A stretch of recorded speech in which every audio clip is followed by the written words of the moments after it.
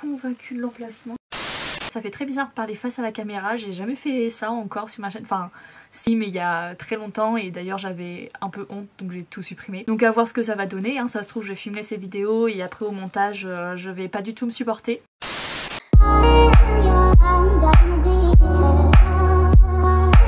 J'avais envie en fait de vous faire des petites vidéos, enfin une petite vidéo voilà make-up.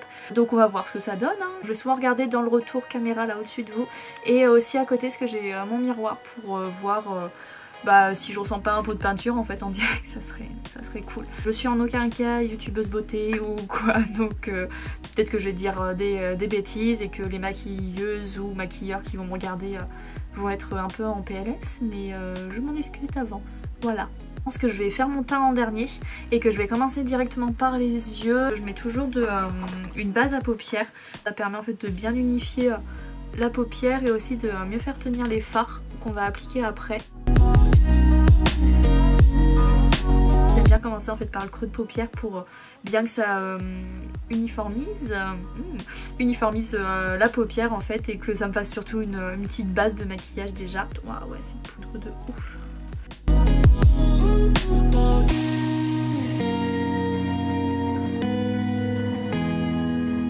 Je vais appliquer ce fard-ci. Je vais l'appliquer directement au doigt parce que ça fait plus d'intensité en fait au doigt. Et ouais, il est pas hyper pigmenté celui-là par contre. Mais ça fait une petite base assez sympatoche. Hein.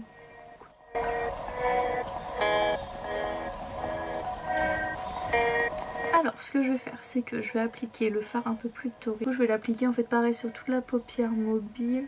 Ouais, ça se voit un peu plus quand même lui.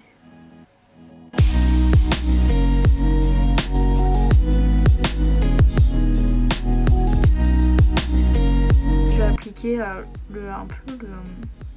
je sais pas, ça violet un peu bordeaux là.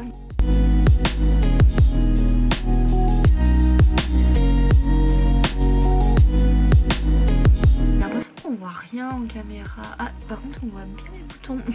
Là je vais réintensifier, comme je vous disais du coup, le doré.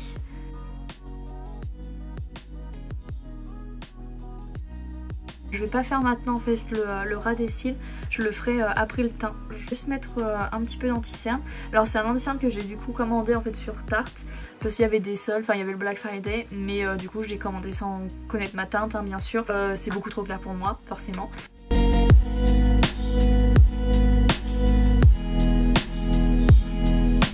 je pense qu'en caméra on va vachement voir que c'est clair. Oh, encore ça va. Je m'attendais à pire. Ouais si c'est blanc hein, quand même. Du coup je vais venir réchauffer tout ça avec un petit peu de bronzer.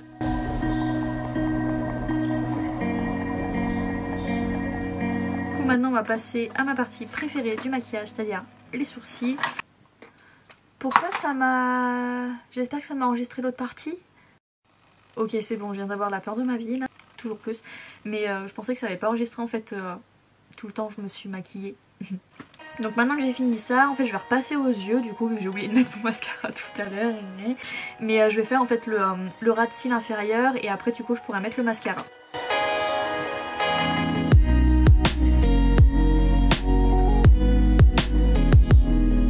Après niveau rouge à lèvres, je sais pas trop ce que je vais mettre. J'ai celui-ci là de Yves Rocher que j'ai depuis super longtemps. Date de péremption... Déformation professionnelle d'ailleurs. Bah, je sais plus depuis combien de temps c'est ouvert.